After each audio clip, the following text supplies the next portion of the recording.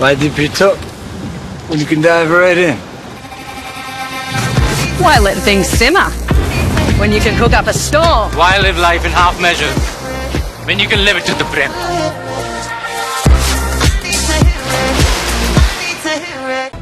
అయోధ్య కళ సాకారమైంది. జ్ఞాన్వాపి మధుర మాటేంటి మరి? ఈ అంశమే ఇప్పుడు ప్రధానంగా బృందావన్లో ధర్మ సంసద్ నిర్వహిస్తున్నారు. కృష్ణ జన్మభూమిపై వివాదానికి పరిష్కారం మాత్రం దిశగా ధర్మ సంసద్ చర్చించబోతోంది. అలాగే గోవును జాతిమాతగా ప్రకటించే అంశంపై కూడా వివిధ ప్రాంతాల నుంచి సాధు సంతులు, ధార్మికవేత్తలు బృందావన్ బాట పట్టారు.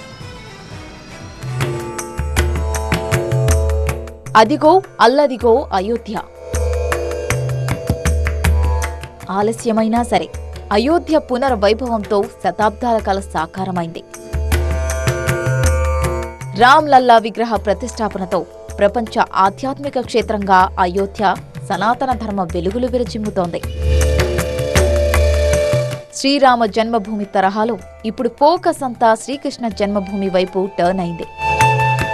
నల్లనయ్య చలనయ్య శ్రీకృష్ణుడు నడియాడిన మధుర బృందావన్లో ఎన్నో ఏళ్లుగా కొనసాగుతున్న వివాదం మాటేంటి? అయోధ్య ఆలయ కళ సాకారం కావడంలో కీలక పాత్ర పోషించిన సాధు సంతులు ఇప్పుడు మధుర బృందావన్పై దృష్టి సారించారు. దేశ నలుమూలల నుంచి భారీ సంఖ్యలో బృందావన్ బాట పట్టారు. ఉత్తరప్రదేశ్లో శ్రీకృష్ణ జన్మభూమిగా భావించే మధుర కేంద్రంగా హిందూ, ముస్లిం సంస్థలు గత కొన్ని దశాబ్దాలుగా న్యాయ పోరాటం చేస్తూనే ఉన్నాయి. మధురలో దాదాపు 13.37 ఎకరాల భూమిలో ఉన్న శ్రీకృష్ణ ఆలయాన్ని కూల్చివేసి మొఘల్ చక్రవర్తి ఔరంగజేబు షాహీద్గా మసీదును నిర్మించాడని హిందూ తరపున పిటిషన్లు దాఖలయ్యాయి. ఈ స్థలాన్ని శ్రీకృష్ణ విరాజ్మాన్కు చెందినదిగా ప్రకటించాలని కోరుతున్నారు. మరోవైపు మసీదు ప్రాంతాన్ని కూల్చివేయొద్దని పిటిషన్లు దాఖలయ్యాయి. మధుర వివాదంపై ఉత్తరప్రదేశ్ సీఎం యోగి ఆదిత్యనాథ్ ఇటీవల కీలక వ్యాఖ్యలు చేశారు. ఇచ్చిన హామీ ప్రకారం అయోధ్యలో రామమందిరం నిర్మించాం. మధుర బృందావన్ ఆలయాన్ని అలాగే ఎందుకు వదిలేస్తాం?